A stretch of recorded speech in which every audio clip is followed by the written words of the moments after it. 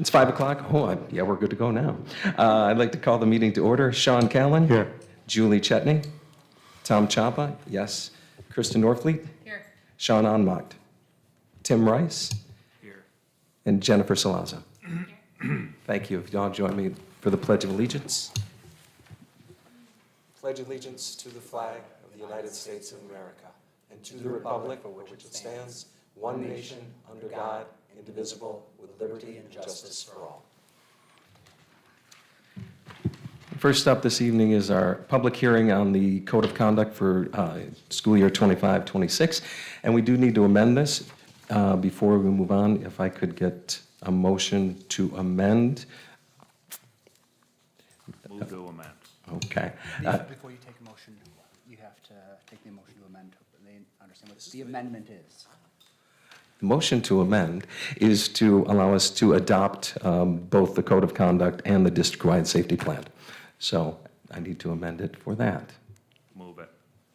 Can I get a second? Second. Thank you, Kristen. All in favor? Aye. Okay, so this is the public hearing opening and hearing on the Code of Conduct. And Dr. Kilmer, will you be referring to this at all, or no? So again, this is just our updated code of conduct. This is an opportunity for the public to make any comments should they have any. This is a document that has been, again, vetted by our administrators for any changes. The only significant changes between the 24-25 and 25-26 is including additional language regarding internet-enabled devices, cell phones, and then we did update the athletic code portion of the code of conduct. The athletic code of conduct committee met over the course of the spring and made some updates, and we have reflected those in the code of conduct. Excellent. And this will be the time where we go to the floor to the public, but seeing we have no one there, would it be this time that we would go ahead and adopt it? Let's close the hearing first. That's what we do. Thank you, Kristen. So at this time, I'm going to close the public hearing on the Code of Conduct for 25-26. And at this point, can I have a motion to adopt the Code of Conduct? Move it. Thank you, Sean. I'll second. No? You're shaking your head. Because my mic's not. Okay. No matter what. Oh, that's Second. this one.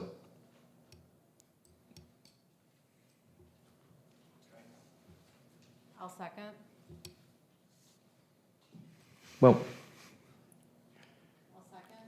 I'll second. There we go. all in favor? Opposed? Motion carries to adopt the Code of Conduct for 25-26. Now we move on to the public hearing component for the district-wide safety plan for 25-26 and open that hearing. Dr. Kilmer. Again, this is just the updated 25-26 district-wide safety plan. This is the public-facing plan. We are required by law to outline and communicate very clearly our district-wide safety plan. You will notice there are a lot of building-level specifics that are not included in these plans. That's because there are building safety plans which are confidential. And that is, of course, for safety reasons. But this is the building plan that must be updated on an annual basis. And again, this would be the time we'd offer it to the floor to the public, but there's no one here for comment. So I will close the public hearing at this time and ask for a motion to adopt the district-wide safety plan for 25-26. Move to accept. Thank you, Tim. Thank you, Sean. Any discussion? Nope. All in favor? Aye. Opposed? No. Motion carries 5-0. Move on to floor to the public. Also, no one there. So we move on to Board of Education. The girls' varsity soccer overnight trip to Potsdam, September 6th and 7th of 2025. Can I get a motion? I'll move. Thank you, Kristen. I'll second. Thank you, John. All right, any discussion? I think this is the same one we did last year as well. I think great opportunity for our team to be able to go up there and take advantage of this. So I appreciate the efforts for that. So, all in favor? Aye. Any opposed? Motion carries 5-0. We'll move on to committee discussions. And do we have any committee? Oh, no. Nah. You caught me. You were, darn, I was, well, It's the competition for the fastest meeting is what it is. I said I was going to go slower. Thank you so much. How about a superintendent's report? Dr. Kilmer? Why, thank you. Well, you're so welcome. Thank you. I just wanted to spend a little bit of time with the board, more importantly, to see if there are any other questions that the board might have when it comes to our internet-enabled device policy. As you all know, I communicated out to all staff, all students, and all families regarding the new internet-enabled device policy. We were required to make sure that that policy was approved and uploaded and available by August 1st. According to New York State, we were able to meet that deadline. I have sent out that communication, but there's going to be a lot more communication coming from each of the building principals over the next couple of weeks. And I know you're going to hear lots more, I'm sure, about it as we get into the school year. But let me just walk through a couple of things real briefly, just to make sure we're all on the same page.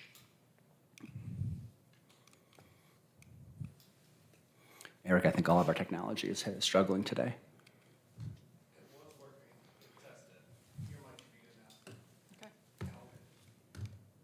Oh, there it goes. All right, I'm going to be a little bit closer. All right, so timeline regarding the state requirement. So even before May, Governor Hochul in her executive budget proposal outlined a very clear directive that this is something that she wanted. We, kind of within the school community, weren't sure as to whether or not this would actually transpire, whether or not it would actually make it through the budget proposal legislation.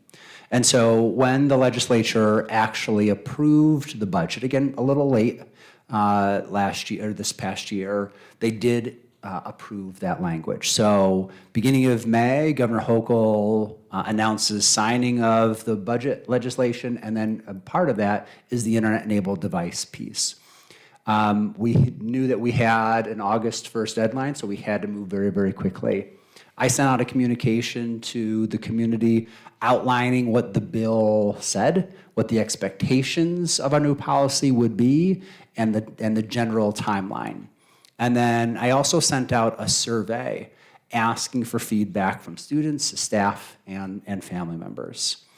Move us to July, we took that feedback that we received from our community, that survey, from a number of work sessions with especially team leaders, both at the high school and the middle school, but also some additional staff to draft what that policy would look like. I then spent a little bit of time working with some stakeholders to get additional feedback based on that initial draft to make any other adjustments before we brought it to the board, and the board officially approved the policy at the last board meeting. I subsequently sent out a communication to, again, all students, staff, and community members outlining the policy, what was included in the policy, and then also what was subsequently included in the administrative regulation. And then now we're into August, where there will be, of course, additional communication regarding that policy. Just to go over real quickly, there were almost 900 survey responses, which is actually a really wonderful survey response. I was very happy to see the community so engaged in providing feedback on this particular topic. And so it really hit a nerve, whether individuals agreed with the governor and the state or not. But what was interesting, and the only reason I'm going to talk about a couple of these is, while there wasn't, a clear one side or the other, they were very mixed. Everyone, or the majority of individuals who responded, demonstrated some understanding that removal of internet-enabled devices would result in positive impacts on kids, right? Whether you agree with the method that the state went about in pushing this forward, there does seem to really be some real clear evidence amongst our community that, hey, this would benefit. So this was, how concerned are you about students using internet-enabled devices during the school day for non-educational purposes? We've got very concerned, somewhat concerned, and not concerned. And again, you see overwhelmingly, people are either very concerned or somewhat concerned. To what degree do you agree with the following statement? Limiting access to internet-enabled devices during the school day will benefit students' learning and well-being. Again, you see the overwhelming majority of individuals do see some benefit, right? Oh, now it's working too well. One area where, and this is something that I found very interesting, one of the things I did ask in the survey was, how should we store these items? One of the responses I included as a choice was turned off and kind of in backpacks during the day. We learned after the survey was sent out, actually later on in July, that wouldn't even be permissible.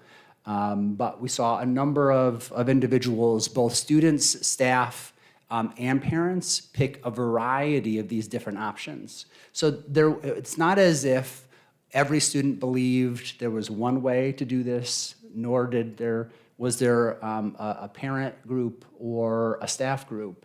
And it didn't matter what level we were looking at. Everyone seemed to have their own interesting opinion, but there wasn't a clear picture of exactly what that everyone believed it should be happen in exactly the same way. So the last question in the survey asked for some more generalized feedback. And so there was a lot of free response, and they're really a significant number. Oftentimes when you have a free response at the end of a survey, the number of people that responded, that drops significantly. Now, there was a significant drop, but we had over 500 individuals write responses. And so people were very vested in trying to provide feedback for us. And so I just outlined a couple so that we could understand what the underlying concerns and challenges were, and then some of the suggested, strategies. So, of course, families were concerned about communicating with their kids, and they wanted to ensure that we were being thoughtful about how we could make sure to help families stay connected with their children. They were very concerned about what was the resistance going to look like. So you're required to have this policy. Resistance from students is going to be a problem. So how are you going to manage that? And can you do so in a consistent manner? And then they were also very concerned about parental opposition. Many people did not say that they themselves were in opposition, but were talking about or reflecting on, is there going to be significant parent opposition that the district has to worry about and address? And so they were voicing their concerns ultimately within that. Some of the suggested strategies focused on consistency. Families, students, and staff alike made it very clear consistency is going to be very important. If a policy like this is going to be successful, the way in which we roll it out and the consistency in which we roll it out is going to be essential for its success. The administrative support, and so this was really focused on how are we supporting teachers in helping to the enforcement of this. And again, it directly translates back to that consistency piece. That came out quite a bit. And then communication. Really, this was the message that we heard loud and clear is, are we going to over-communicate? Be effective in our communication.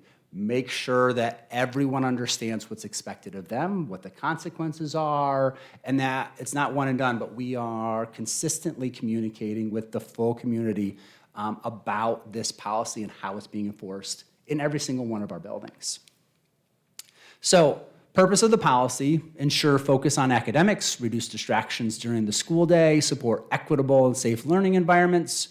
The key definitions, and this comes right out of the law, and this is an area where we just want to make sure that people understand, what is an internet-enabled device? A smartphone, a tablet, a smartwatch. I think that's an area where families and students may not necessarily think, oh, that's something that I have to worry about. They are absolutely a part of this. So anything that can connect to the internet is not permissible during that school day. School day is any instructional or non-instructional time, passing periods, homerooms, study halls, lunches.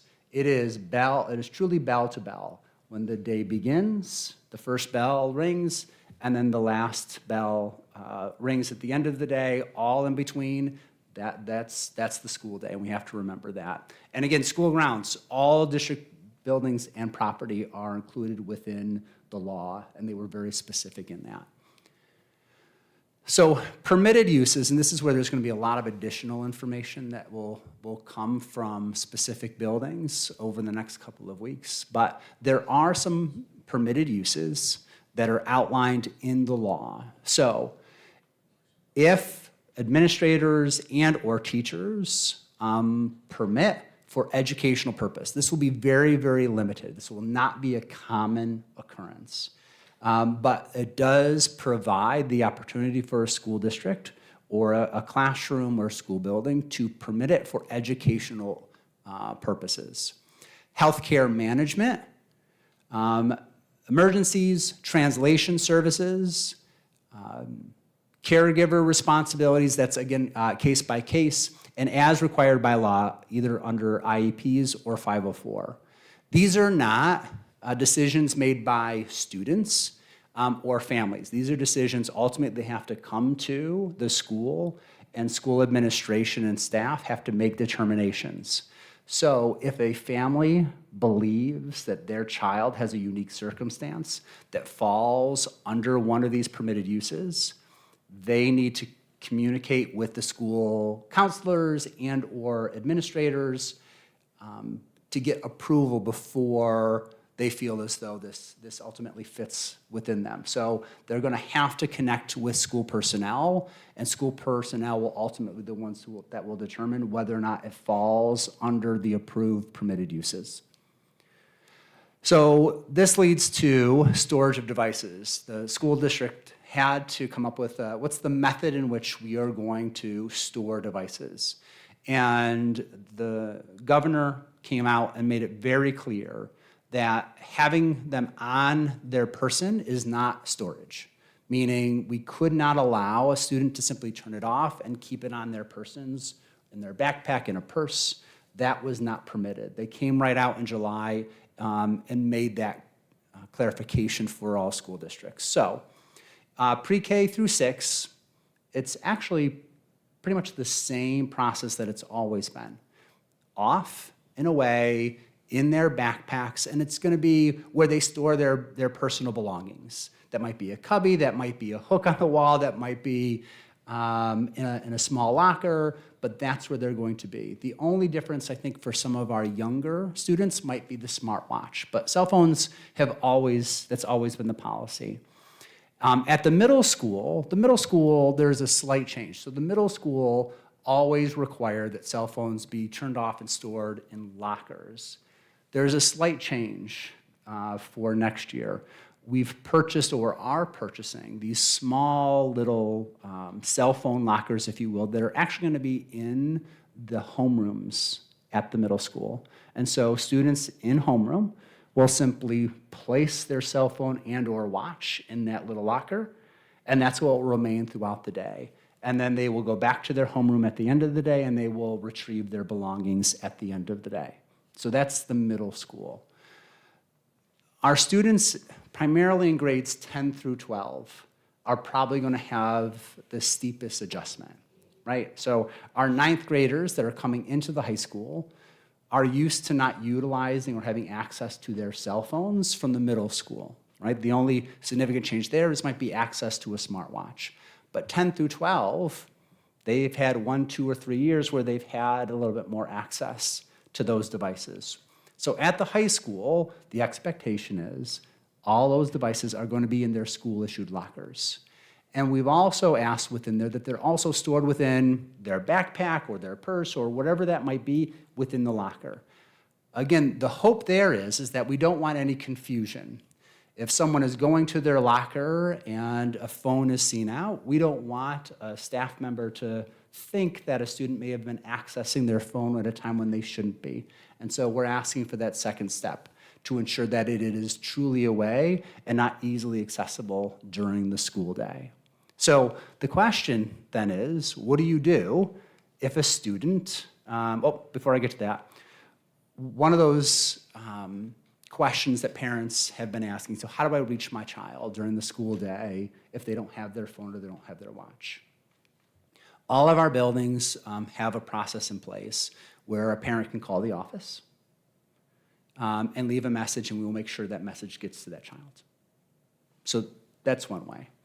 All of our students do have school-issued email addresses. They also have school-issued devices that they have access to, and so that might be a method for them as well. And they can also simply, if they want some privacy, drop off a written note to one of the offices to make sure is delivered to their child before the end of the school day. So there are a couple of ways for us to communicate. Of course, if there is a significant situation, we'd ask parents to, of course, call the school counselor, maybe the school nurse, the school main office, and we will help that family communicate with their child. Even if it's one of those situations where we have to ask a child to come to the office and sit down and have a phone call conversation with their parent, we want to make sure that parents feel comfortable that they can access their children if they need to. So there are procedures in place. So what happens if a student doesn't comply? So first offense, the phone will be confiscated. So a student has a phone out, doesn't matter if it's in their hands, it's powered on, there's any suspicion whatsoever, the expectation is going to be they're going to turn it over to that staff member. That staff member is going to take it to the main office. A referral will be placed into the student management system school tool, but the student will be able to retrieve their device as they leave at the end of the day. A second violation, it will be confiscated, sent to the main office. That student will be issued detention, lunch detention, or maybe some other loss of privilege, but a parent will have to come and retrieve the device from the office. Third offense, again, confiscation. It'll go to the main office. Parent will have to come and pick it up. A child will be issued detention, lunch detention. But moving forward, the expectation will be the child or student must drop off their devices in the main office every morning. So if we get to 3 violations, if you will, or 3 offenses, we're going to have to take a look at the storage method because we want to stop. We don't want there to be additional discipline. We want to try to stop the behavior. And then further offenses, again, exactly the same, and then we'll start looking at code of conduct. Our focus here is about trying to help and support our students, and so we understand that for some students, this is going to be a very difficult change, and so they might need extra supports from us. And we will work with families and students to try to provide that for them. What we can't do is simply allow a student access to their phone or to their internet-enabled device. That's out of the question. But there are other ways that we can hopefully provide supports for our students.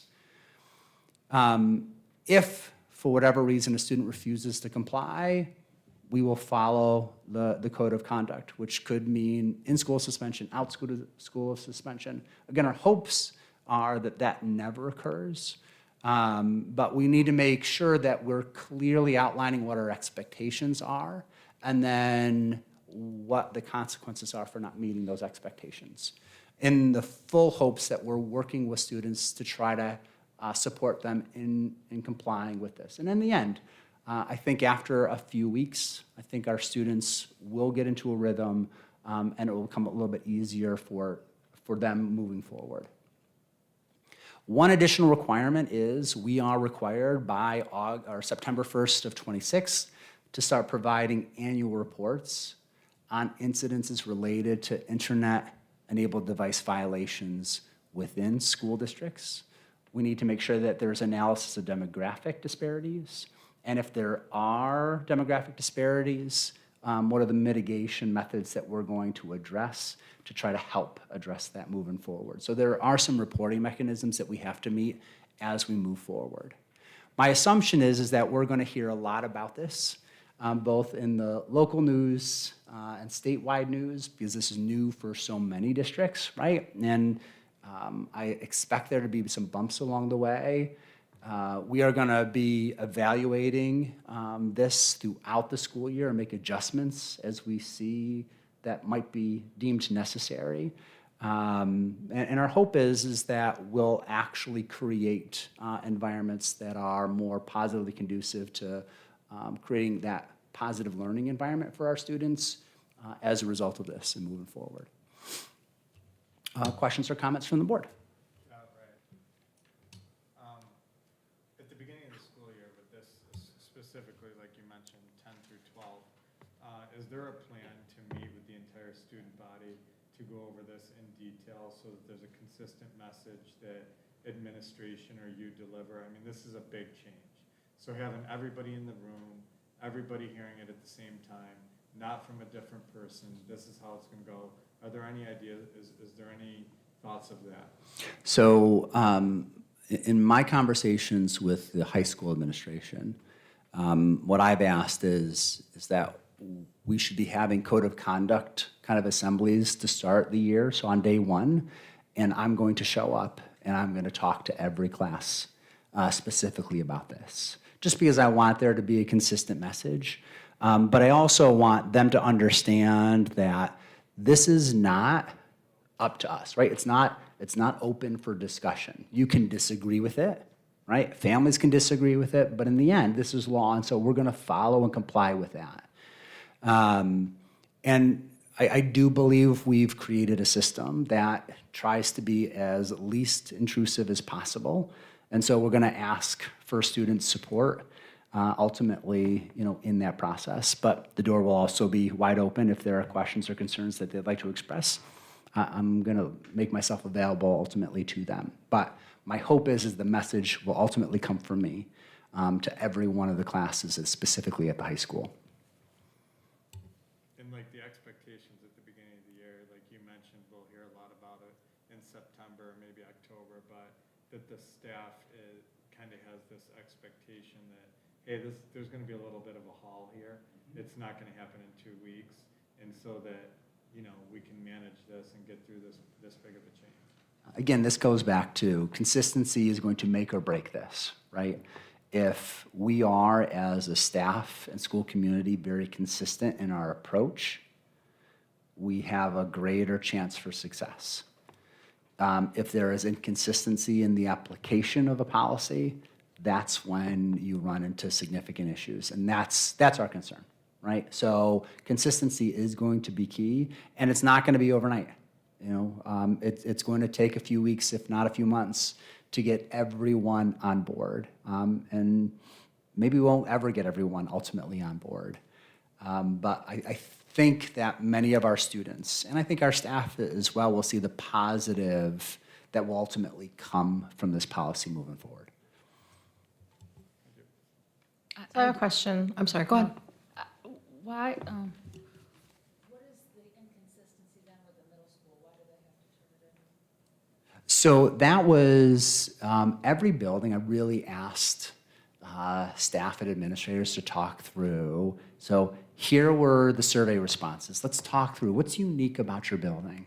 What are the things that you're concerned about? What are the ways in which you feel is going to be the best way to bring this policy to move forward within your buildings? And so that was actually very much staff driven, and that conversation as they looked as a whole as to how their building has operated in the past, feedback from the general community, and then their own experiences.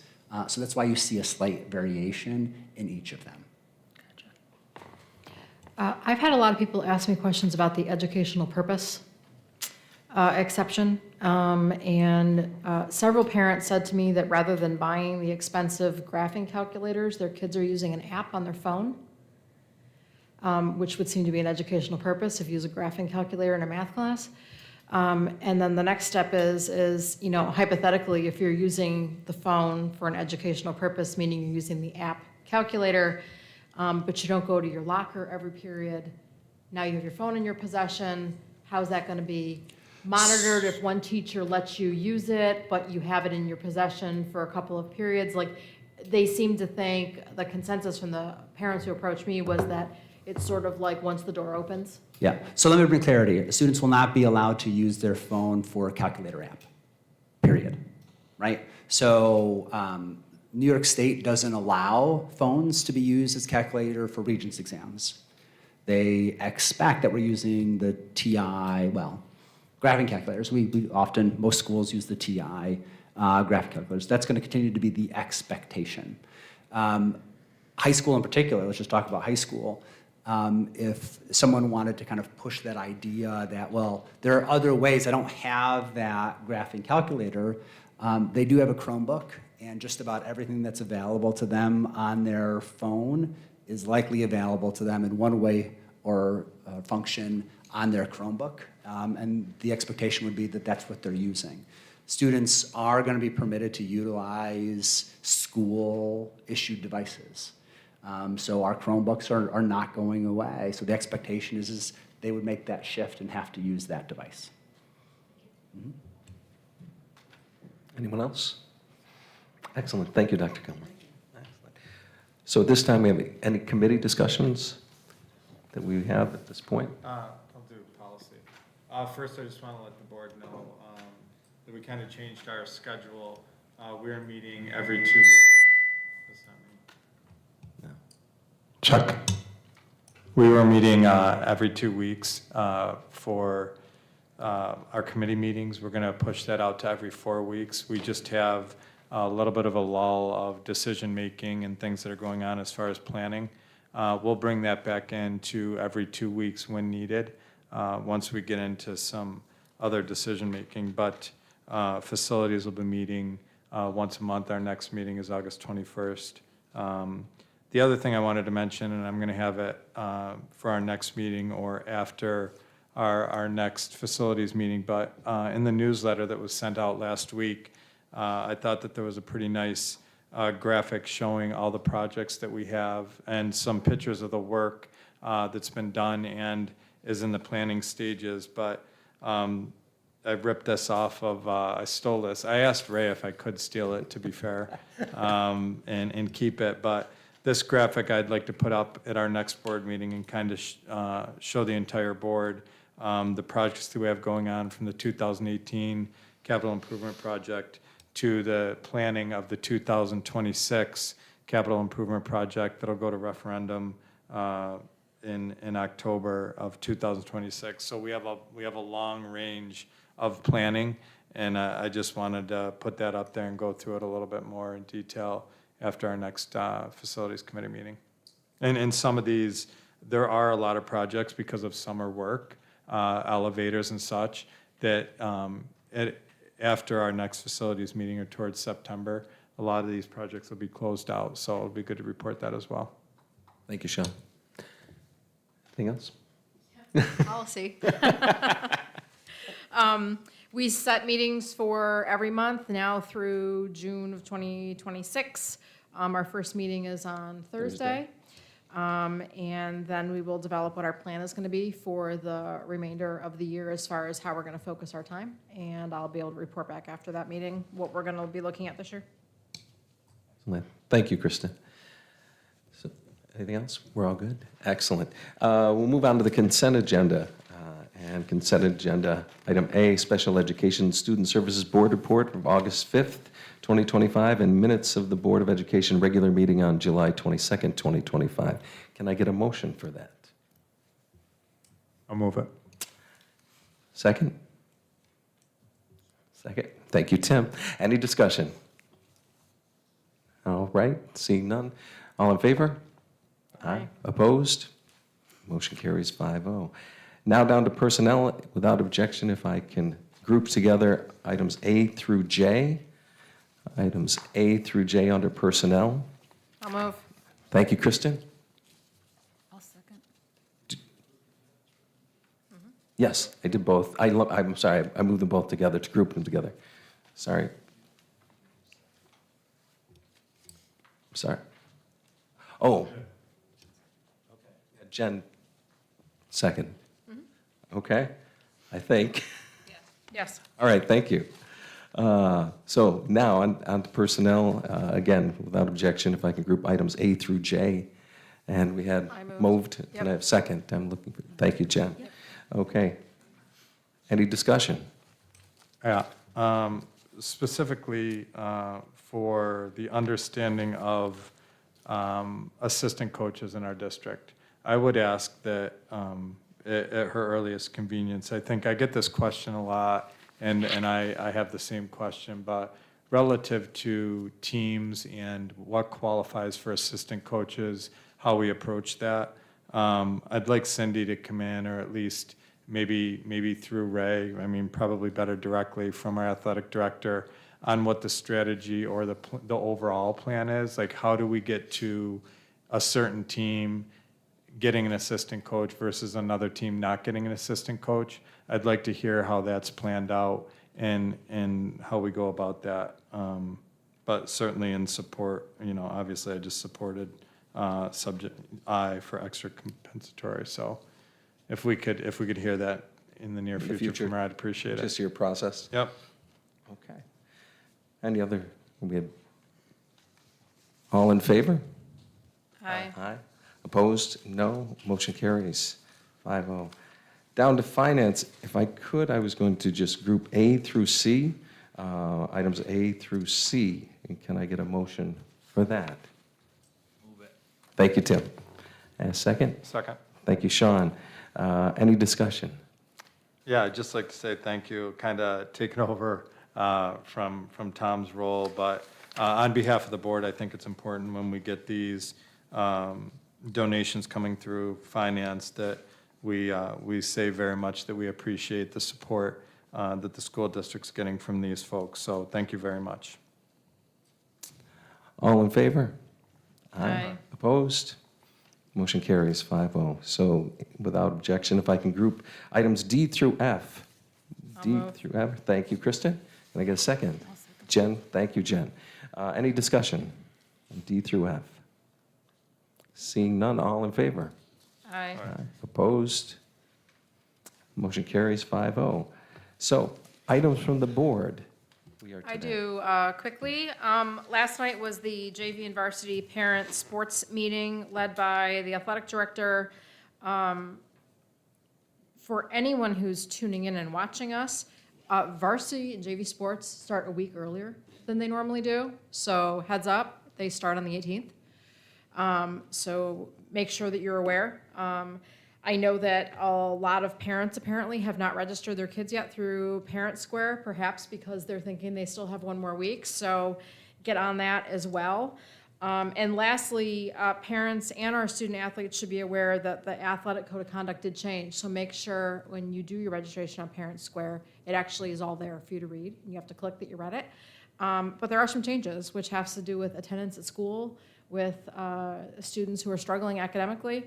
So everyone should be aware that there are going to be some differences this year. The other thing that was brought to everyone's attention by Cindy, that being on policy committee, I just wanted to highlight again, was that the governor's legislation about temperatures could impact athletic contests and practices. If the gym's too hot, for instance, and exceeds the temperature guidelines that the governor put in place, then you can't have practice in the gym. Some sports, they practice in the gym, i.e. volleyball. So if parents are wondering why the heck is stuff being canceled, that might be the explanation. It could be because it's a heat issue. And I also just wanted to thank Cindy for the time that she took to introduce all the coaches, make herself available for parents and students alike to get started on the fall athletics season. Excellent. Thank you, Kristen. Anyone else? No? Okay. And we do have a reason to move to executive session. It's for the purpose of collective negotiations. So if I can get a motion to move to executive. I'll move it. Thanks, Jen. A second? All right. Thank you, Kristen. All in favor? Aye. Opposed? No. And we will move to executive session. Thank you, everybody.